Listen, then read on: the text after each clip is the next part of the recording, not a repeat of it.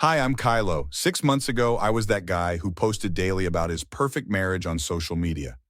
Emma and I had been trying for a baby for 3 years, and when she finally showed me that positive test, I nearly collapsed from happiness. We did it, babe, I said, twirling her around our kitchen. We're going to be parents. Emma smiled, but something flickered behind her eyes. Yes, we are. Isn't it amazing? After all this time? I can't believe it finally happened, I said, setting her down gently. We should call your parents and my sister. Let's wait until after the first ultrasound, Emma suggested, touching my arm. You know, just to be safe, we've been disappointed before. You're right, I agreed, but this time feels different. Emma nodded, her smile not quite reaching her eyes. It is different. My sister Mia called that evening while Emma was in the shower. How's married life treating you, little brother? Mia asked, her voice warm through the speaker. Honestly, amazing. I have some news, but you can't tell anyone yet. Emma's pregnant. Silence hung between us for a moment too long.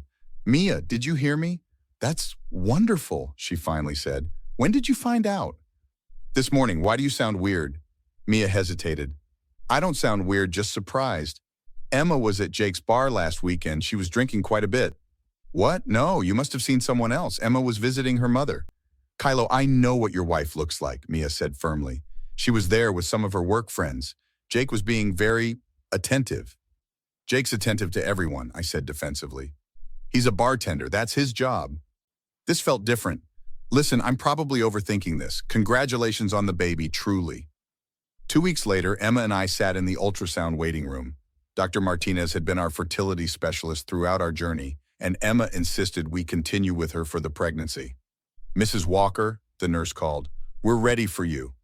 Emma squeezed my hand. Here we go. In the examination room, Dr. Martinez greeted us warmly. The big day. Let's see what we've got here.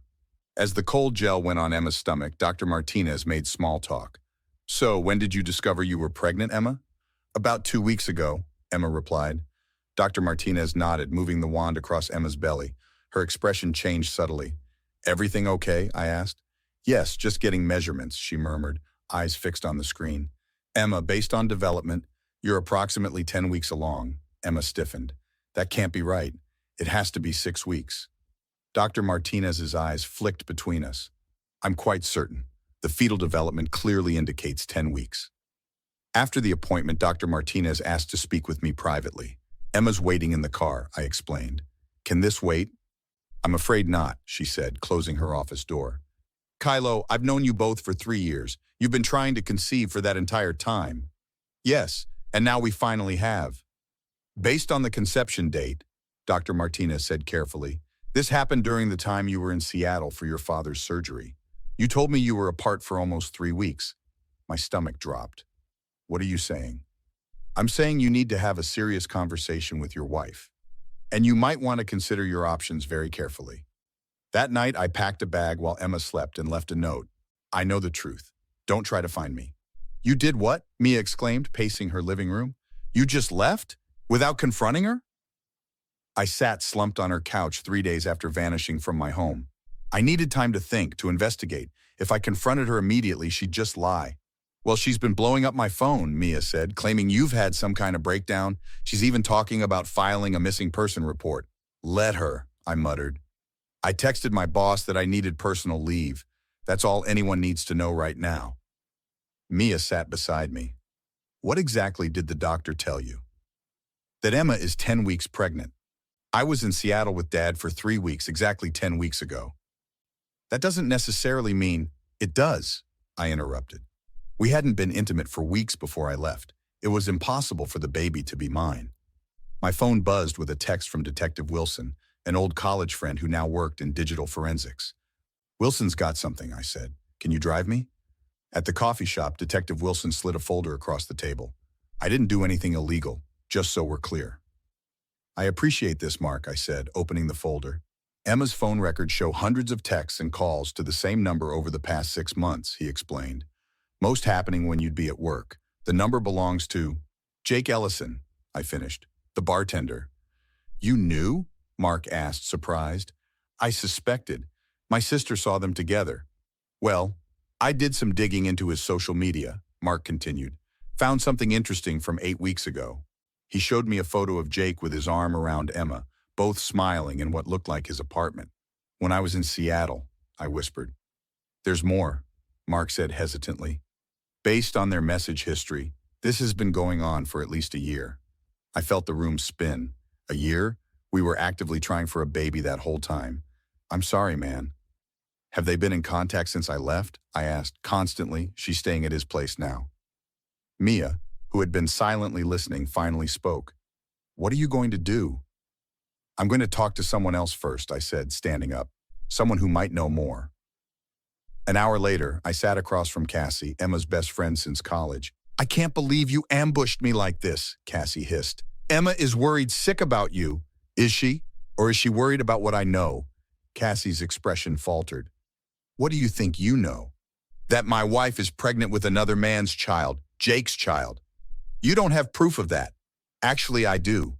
The timeline makes it impossible to be mine, and I have their messages, photos, everything. Cassie's shoulders slumped. I told her to end it months ago. I told her you didn't deserve this. So you knew this whole time? Not the whole time, Cassie defended. I found out about 4 months ago. She swore it was just physical, that she still loved you. But not enough to stop seeing him, I said bitterly. She was going to, Cassie insisted. Then she found out she was pregnant and decided to pass it off as mine. Cassie looked away. I never agreed with that part, but she was scared of losing you. Well, she succeeded at that anyway, I said, rising from my chair. Thanks for confirming what I needed to know. 1 week after disappearing, I walked into Jake's bar during his shift. Emma wasn't there. I'd made sure of that first. Jake looked up from wiping the counter, his face paling when he recognized me. We're closed, he stammered, though 3 other customers sat at tables. No, you're not, I said calmly, taking a seat at the bar. I'd like a beer, whatever's on tap. His hands shook slightly as he poured. Listen, man, I'm not here to cause a scene, I interrupted. Just to talk. Jake set the beer down. There's nothing to talk about. Actually, there is. Like how long you've been sleeping with my wife. The other customers glanced over curiously. Keep your voice down, Jake hissed. This isn't the place. No? I think it's perfect. Public, witnesses? I took a sip. Congratulations, by the way, on the baby. Jake's face went from pale to ashen. She told you? No, the doctor did. 10 weeks along, which is interesting since I was out of town then. With my father, who was having surgery. Look, Kylo, these things happen. People fall in love. Love? I laughed harshly. Is that what you call sneaking around behind someone's back for a year? Jake's eyes widened. How did you? I know everything. Every text, every photo, every time she came here when she was supposedly somewhere else. She was going to tell you, Jake said, after she was sure about the pregnancy. Tell me what? That it was mine or that it was yours? Jake's silence answered my question. That's what I thought, I said, finishing my beer. Here's what happens next. I've already filed for divorce. My lawyer will contact Emma tomorrow.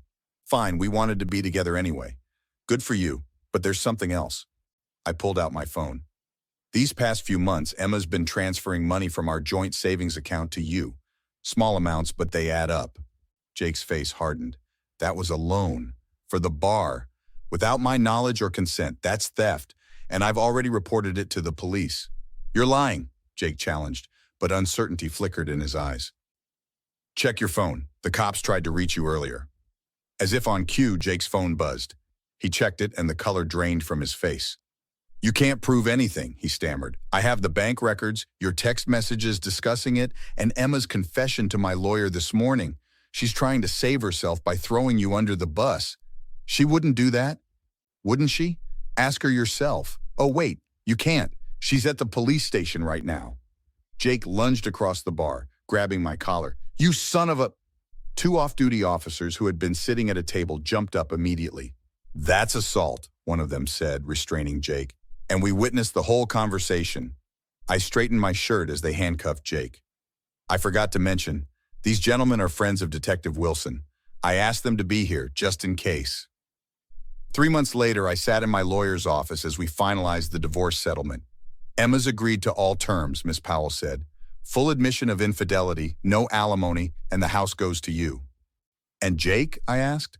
Pled guilty to financial fraud and assault. He's serving 6 months plus 5 years probation. The bar's been sold to cover restitution. I nodded, feeling hollow satisfaction rather than triumph. There's one more thing, Miss Powell added hesitantly. Emma's requested to meet with you. No lawyers, just to talk. Why would I agree to that? You don't have to. But she was insistent. That afternoon, I met Emma at a coffee shop. Her pregnancy was clearly visible now. Thank you for coming, she said, eyes red-rimmed. I didn't think you would. I almost didn't, I replied. What do you want, Emma? To apologize. What I did was unforgivable.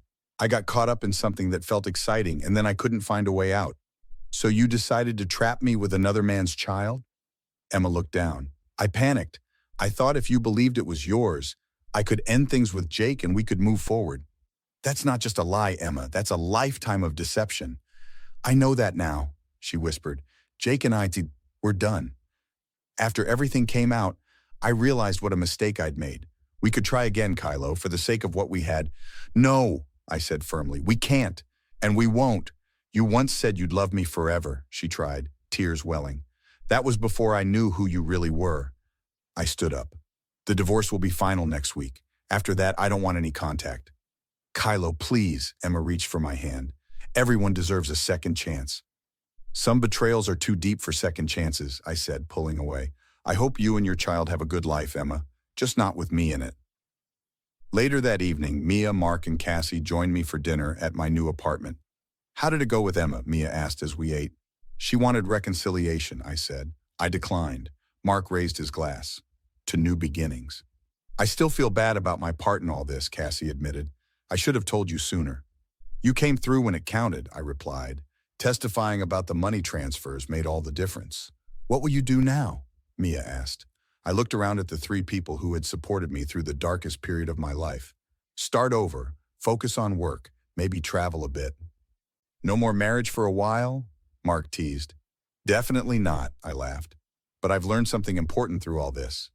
What's that? Cassie asked. Sometimes the people you least expect are the ones who stand by you when it matters most. I raised my glass. And sometimes justice doesn't look like what you imagine, but it feels right anyway. As we toasted, I wondered what other readers would do in my situation. Would you have confronted them immediately or gone the strategic route like I did? Let me know in the comments below.